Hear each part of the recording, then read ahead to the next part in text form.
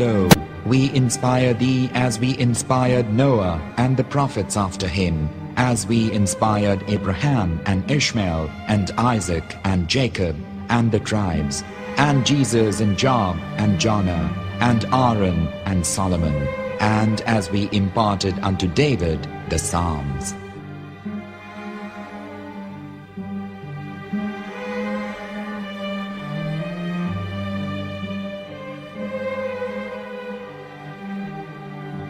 The verse we've just heard is from chapter 4 of the Quran. In the verse, God is affirming to humanity that Muhammad is indeed the recipient of a divine guidance, just as Noah, Abraham, and the rest of the prophets. However, some Christians and Jews today don't believe that Muhammad was a prophet and the covenant that God made with Abraham. And since the Quran is not their book of authority, in this video I'm going to show you that the book you're holding in your hands contains the name off the seal of prophethood, the Prophet Muhammad.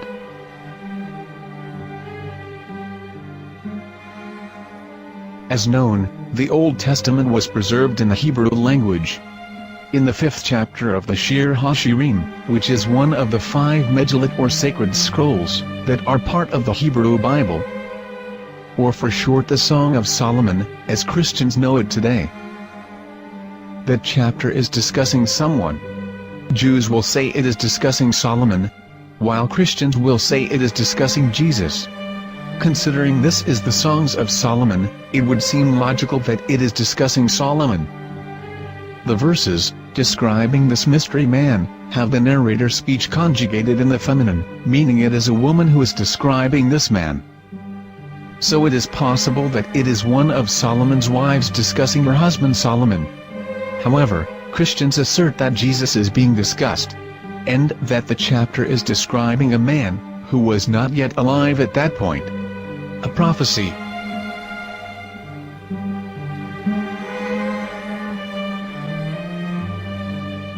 In reading the English translation of Song of Songs 5:16, it finishes the description by saying, "He is altogether lovely," but what most people don't know is that the name of that man was given in the original Megillot. Here is verse 16, and how it is written in ancient Hebrew, before introducing the vowels, in the 8th century. From the Hebrew Bible, on scripturetext.com. Here is the word in question. This word is made of 4 letters.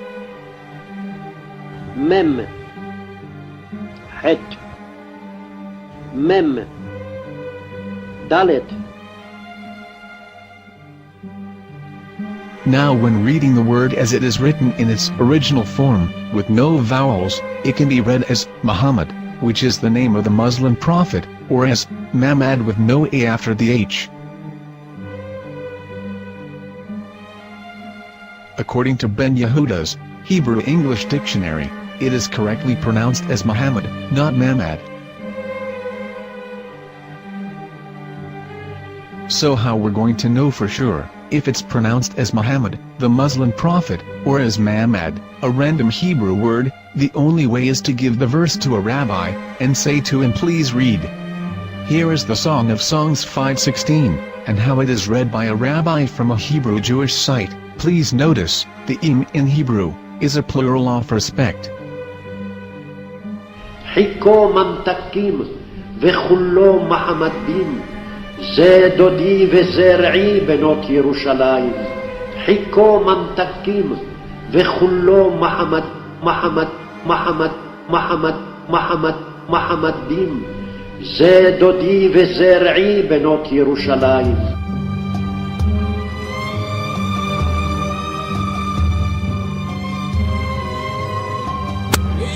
Coming out from the darkness, there are no other gods but God, and Muhammad is his messenger.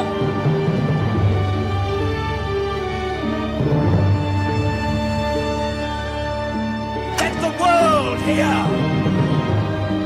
Hiko mamtakim vechullo Mahamadim, ze dodi vezer'i benot Yerushalayim. Hiko mamtakim vechullo محمد محمد محمد محمدين זה דודי וזרעי בנות ירושלים.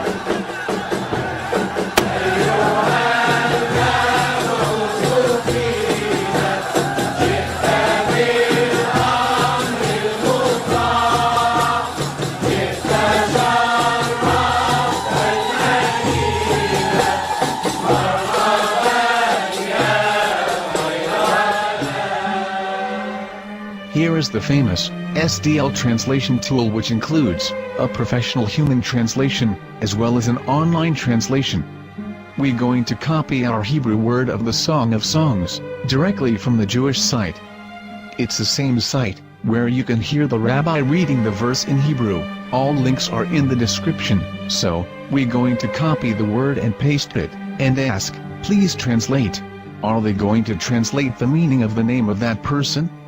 As the Bible translators did. Which is the praised and the lovely one, or are they going to keep the name as it is? Well, see it yourself. Here is the World Lingo Translator. The result is the same. It's Muhammad. You have no right. You have no right to translate names of people. Anybody. Your name should be retained. Mr. Black is Mr. Black, though he's white. You have no right to translate names of people. But they have been doing that. Muhammad they translated as altogether lovely.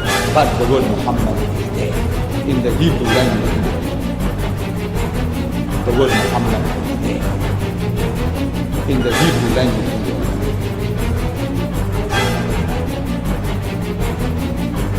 I will tell you a story from my own personal experience. Years ago, I used to spend every Sunday afternoon in a place called Speaker's Corner. And in my years down there, I got to know a Jewish rabbi. He was a very nice man. He used to listen to me, and he was always very polite and talked about Islam in a very nice way. And one day during one of our conversations after some years, I thought that it was about time I should invite him to Islam. So I said to him, you know, my friend, we have been talking now for many years, and even you have admitted to me that Muhammad is a prophet. So why then do you not embrace Islam? He said to me, we Jews, we never change our religion. I said, but half of the rabbis of Medina became Muslim. He said, that is true, but still, we Jews never change our religion.